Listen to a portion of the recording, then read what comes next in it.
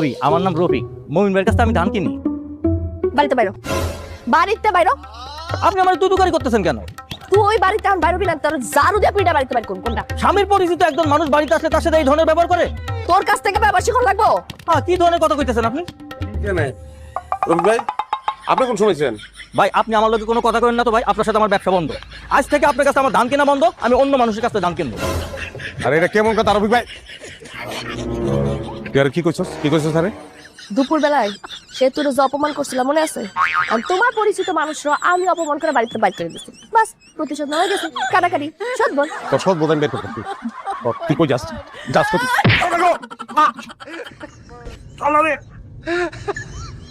রক্ত বের করে বলেছস? বাচ্চাদের বই নিয়ে অসুস্থ আমার কাছে রক্ত চাইছিল, রক্ত দেই না, এই রক্ত তুই বের করছ? তুই কি ডাক্তার রে? আবার কিন্তু নাকটা কিন্তু অন্য রক্ত পড়তাছে।